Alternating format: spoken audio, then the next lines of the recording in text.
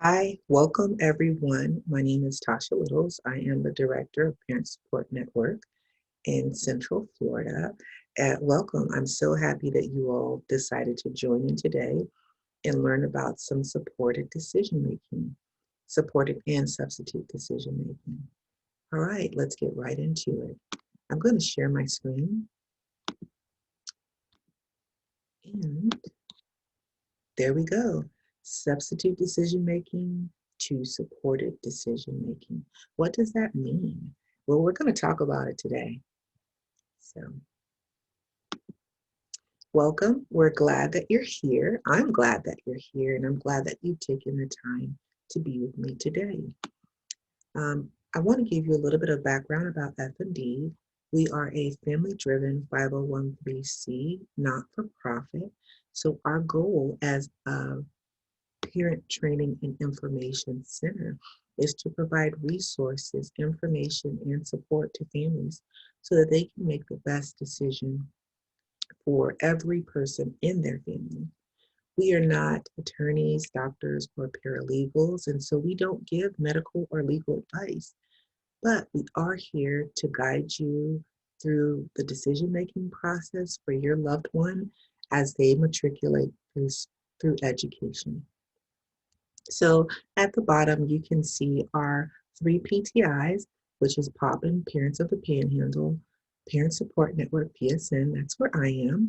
And then we have PEN, Parent Education Network, which is in our southernmost part of the region of the state. We also have the United Families Children Mental Health Grant and the Family Star Grant that services the entire state. We do work in tandem with our sister programs, and we are all housed under Family Network on Disabilities. So let's get into it. Let's learn about something new, and let's talk about what substitute decision making is, what it's not.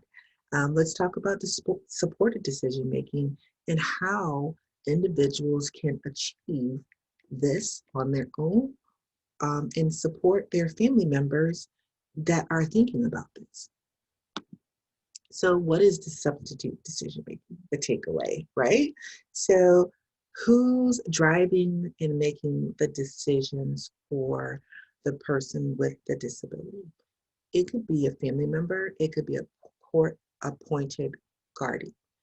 I think of substitute decision making is riding in a car and being the passenger in that car, but you're telling the driver which direction and which turn needs to be made for your life to get to where you need to go safely and with your permission. Substitute decision making is can be made about health, so having a medical provider, speaking with that medical provider on your behalf, could be about living arrangements, where you would like to reside, who you would like to reside with. Maybe you're thinking you want to have more of an independent life and live on your own with caretakers coming in and out of the home. Or maybe you want to live with your family and have people come into that environment, but you ultimately hold the key to that decision. And also making financial decisions. Um, Making financial decisions is very important because if there's any money to be involved, so you have to pay for your housing, or maybe you have to pay for prescriptions for your health aspect, that substitute decision maker, which is your family or your court appointed guardian, would help you make that decision. Supported decision making gives people with disabilities choices about their lives. It's so important that we look and see what choices support us, what choices that we make that will help us go further and further in our lives. So you ultimately have the final say so about what choice that needs to be made, even even though you may have given someone the ability to make that decision. So it's nothing about us without us. So what does it look like? So substitute decision making is extremely person-centered. So what is it going to look like for this person to have the most independent life that they can have? Who's going to provide those supports for the individual? What the person with the disability needs in order to make this decision-making process happen. And overall, substitute decision-making is supposed to make the quality of life better. So what kind of supports can we have? That's always a huge issue when we're talking about supported decision making, because you want to make sure that you're not leaving out the person who you're making the decisions for. So you can have financial advice, you can have medical advice, you can have employment, independent living, school related, and personal care advice. The key in all of those supports is advice, that you are advising the person who is you're making the support for. All of these are extremely important because we want to make sure the person who you're supporting is getting everything that they need, and you're not taking over the support for that person. So, how to choose who helps, right? Maybe we have a family member and we're like, I'd like to have a court appointed person, or I'd like to have a distant cousin or a distant relative. Remember that the person that you choose, this is the person who plays the supporter role in your life, is the person who's giving advice, as we talked about support earlier, but the person with the disability is ultimately the final decision maker. So what does it look like in school as you're making decisions? Well, anyone under the age of 18, your parents have that parental rights, and they're making decisions for that youth with a disability. And once they turn 18, if you don't have guardianship or power of attorney, then that individual is making their own choices and you're supporting them. But even in the school setting, at the age of 14, students with disabilities can come into their IEP, individual education plan or program, depending on what state you're in, and help make those decisions about their education. So things that we learn about are self-determination, what's going to help me get from one area of my life to another area of my life with success. We're also in those meetings and IEP meetings, we're going to talk about communication skills. Maybe you have limited communication skills or you would like to increase those communication skills. That supported decision maker will help you communicate what needs to be done. And also, that supported decision maker will also look at post-school outcomes. So you can defer your graduation or you can graduate with your class. But that person who's making that decision on your behalf is making it on your behalf, not without your say-so. So supported decision making at home looks a little different, but it still keeps the same premise as having meaningful activities. So things that you like to be involved in, things that you would like to do, understanding those medical needs. So making those appointments, picking up prescriptions, or even putting your appointments on a calendar, that supported person could help you do that. And living arrangements, as we talked about a little bit earlier, what living arrangements look like as you're supporting an individual. How your family can help. Who doesn't love family, right? So how family can help is by starting early. If your child has been diagnosed at an early age, you can start building in some of those constructs as early as your diagnosis. And then you can build those into your individual education plan. So they can so your five domains are communication, social emotional, independent living, and so on.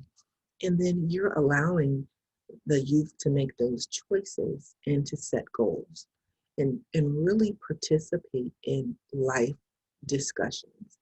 There are so many times that we're in IEP meetings, and as a parent, myself as well, we're making decisions and we haven't stopped to ask the person that we're making the decisions for what they would like to do. So always take a pause. No matter if you think you know this person the best, take a pause, stop and ask them, what is it what's your choice and what's your goals, and have them included in that discussion because it is their life.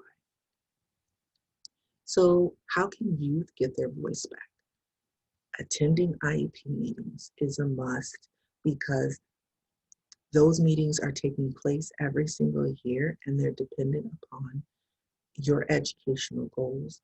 Making sure you're checked in at your doctor's appointment, even if it means signing your name or going up to the window and saying, hey, I'm here, or checking, making sure your voice is heard. Looking at what you want to do after school, looking at some of those post-school plans and understanding which step and how you want to get there, where you want to live, and what you want to do. It's all about your interest. And if it's not your interest, then you speak up and you say, hey, I'm going to use my self-determination skills to let you all know what I want because you are supporting my decision. So, as we talked about a little bit earlier, these are our programs that are housed under FND. So we have Parents of the Panhandle, which is in North Florida, Parent Support Network, which is in Central Florida, and then the Parent Education Network, which is in our southernmost part of the state. Family Star, which supports our families that have complex medical needs. And then we have United Families Children Mental Health, our project that supports mental health students in mental health throughout the state of Florida. Also housed under FND is our FND Trust Services and our FND Advocates program. So if you go to our website, www.fndusa.org, the email is, or the website is down here, you'll be able to see a plethora of ESE downloadable resources broken out into easy, bite-sized, understandable ways. So maybe you're looking for something specific and you don't want to go through a lot of material or maybe a 70-page book because that happens. This is a way for you to kind of pick out what information that you need so that you can understand, so you can have a greater understanding. Then we have FND University, which has all of our presentations all in one place. So if you wanted to set your own program and say, I want to learn about procedural safeguards and supported decision making, you're able to do that. And it's in English and Spanish. All right. I just want to thank you all for staying with me and learning about supported decision making and versus substitute decision making. We are here to support you and your family with those major needs and major decision opportunities because they are opportunities to learn from one another and to learn what each other like. As you can see, our phone number is 727-523-1130 or an 800 number if that long distance number, if it's a long distance number and it doesn't work with your phone plan, it's 1-800-825-5736. And of course, we can be reached at fnd@usa.org. If you want even more information about our program and some of the things that we're doing, make sure you stop by our website and look at our calendar of events. We put lots of things on our calendar, the things that we're doing and the things that are happening in our community. And make sure you stop by our Facebook page, which is Family Network on Disabilities. Type that in, or you can go to our individual project pages, which have FND PSN for Parent Support Network. Again, I want to thank each and every one of you all for stopping and listening to this presentation, and I hope to hear from you and see you soon. Thank you.